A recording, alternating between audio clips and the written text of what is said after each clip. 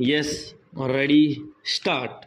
महोदय, मैं वर्ष 1987-88 का बजट प्रस्तुत करने के लिए उपस्थित हुआ हूं। जब हमने कार्यभार संभाला था तो हम भाग्यशाली थे कि हमें इंदिरा जी से सुदृढ़ अर्थव्यवस्था उत्तराधिकार के रूप में प्राप्त हुई। 1979-80 की कठिन स्थिति के बाद मुद्रास्फीति की दर को तेजी से नीचे ला दिया गया था, विकास की दर में वृद्धि हुई। हमने इन सफलताओं को बनाए रखा है और उन क्षेत्रों में सुधार की प्रक्रिया आरंभ की है जिन पर तत्काल ध्यान देने की आवश्यकता थी। हमारा प्रधान उद्देश्य गरीबी को दूर करना और एक सुदृढ़, आधुनिक, आत्मनिर्भर और स्वतंत्र अर्थव्यवस्था का निर्माण करना है। पिछले बजट में गरीबी दूर करने के कार्यक्रमों के लिए निर्धारित प्रत्यक्ष व्ययों में भारी वृद्धि की गई थी। अगस्त में 20 सूत्री कार्यक्रम की उद्घोषणा की गई। खाद्य के ऊंचे भंडारों को ध्यान में रखते हुए ग्रामीण रोजगार कार्यक्रमों का और विस्तार किया गया। जनजातीय क्षेत्रों को 20 लाख मीट्रिक टन अनाज अत्यंत रियासती दरों पर मुहैया कराया गया। हमने नगरों में बसने वाले गरीब लोगों के लिए रोजगार के अवसरों में वृद्धि करने के प्रयोजन से एक महत्वपूर्ण योजना शुरू की। लोगों ने प्रत्यक्ष बात करने पर मुझे पता चला है कि अभी कितना काम और ज़्यादा करना बाकी है। मुझे विश्वास है कि हम गरीबी को दूर करने के लिए जो कठिन संघर्ष कर रहे हैं उसमें हमें काफ़ी सफलता मिली है। कृषि हमारी अर्थव्यवस्था का आधार है।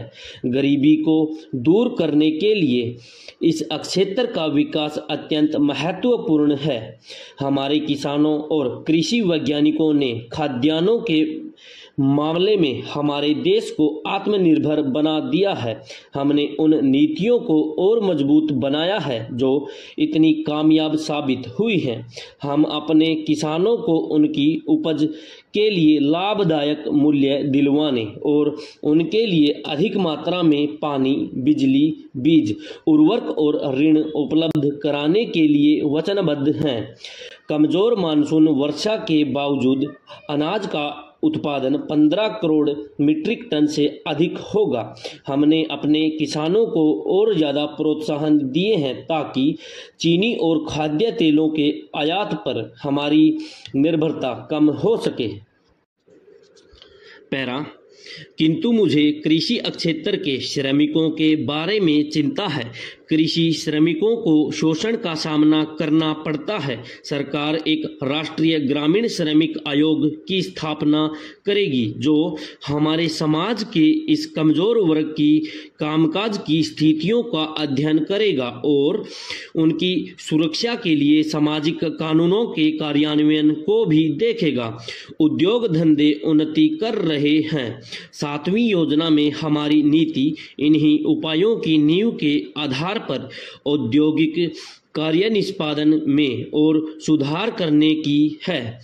हम अनुकूल स्तरों पर किए जाने वाले आर्थिक लाभ को बढ़ावा देने और आधुनिक प्रौद्योगिकी का समावेश करने तथा उत्पादकता में वृद्धि के लिए पहले से ज़्यादा प्रतियोगिता की स्थिति उत्पन्न करने, लागतों में कमी करने और गुणवत्ता में सुधार करने के लिए प्रोत्साहन दे रहे हैं। हमने छोटे पैमाने के एककों को दिए जाने वाले प्रोत्साहनों में वृद्धि की है। हमारे औद्योगिक आधार का विस्तार हुआ है। बड़ी संख्या में नए रोजगारों का सृजन किया गया है। 1984-85 से आरंभ होने वाले 3 वर्षों में उद्योग धंधों की वृद्धि की दर औसतन प्रति वर्ष 8% से ज़्यादा होने की संभावना है।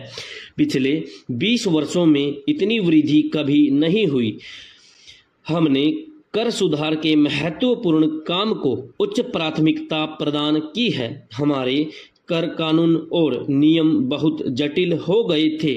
बड़ी मात्रा में करों की चोरी होती थी। इनमें सुधार अत्यंत आवश्यक था। पिछले 2 वर्षों में हमने राजकोषीय प्रणाली में जो सुधार किए हैं वे बहुत ही व्यापक और सफल रहे हैं। हमने कानूनों और प्रक्रिया को सरल बना दिया है। हमने नए कानूनों को कठोरता से लागू किया है। इससे ईमानदार करदाता को मदद मिली है और पहले की अपेक्षा अधिक राजस्व प्राप्त हुआ है। मुझे यह कहते हुए खुशी है कि सरकारी क्षेत्र के आधारभूत उद्योग स्पष्ट रूप से बेहतर कार्य निष्पादन कर रहे हैं। कोयला, बिजली तथा रेलवे में उल्लेखनीय सुधार हुआ है। तापीय विद्युत के उत्पादन में जो सुधार हुआ है वह खास तौर पर सराहनीय है। सरकार सरकारी क्षेत्र के उद्यमों के कार्य निष्पादन में और सुधार लाएगी। हम उनकी स्वायत्तता को मजबूत करेंगे तथा उन्हें परिणामों के लिए उत्तरदायी ठहराएंगे। सरकार सरकारी क्षेत्र के संबंध में सतत के समुदाय एक श्वेत पत्र प्रस्तुत करेगी। एक ऐसी अवधि में जबकि अनेक विकासशील देशों में वृद्धि की दरों में तेजी से कमी आई है, हम अपनी विकास दर को तेज करने व प्रति व्यक्ति आय को बढ़ाने में समर्थ रहे हैं। हम ऋण संबंधी समस्याओं से बचे हैं और हमने मुद्रास्फीति को नियंत्रण में रखा है। हमारे खाद्यान्नों के भंडार तथा विदेशी मुद्रा की रक्षित निधियां संतोषजनक हैं, किंतु हम इसी से संतुष्ट नहीं हो सकते। सरकारी खर्च में तेजी से वृद्धि के कारण हमारे राजकोषीय संतुलन पर भारी दबाव पड़ रहा है। हाल ही में हमने अपने रक्षा व्यय में वृद्धि करनी पड़ी। राष्ट्रीय सुरक्षा के मामले में हम कोई भी प्रयास बाकी नहीं छोड़ेंगे और न ही किसी भी त्याग से पीछे रहेंगे।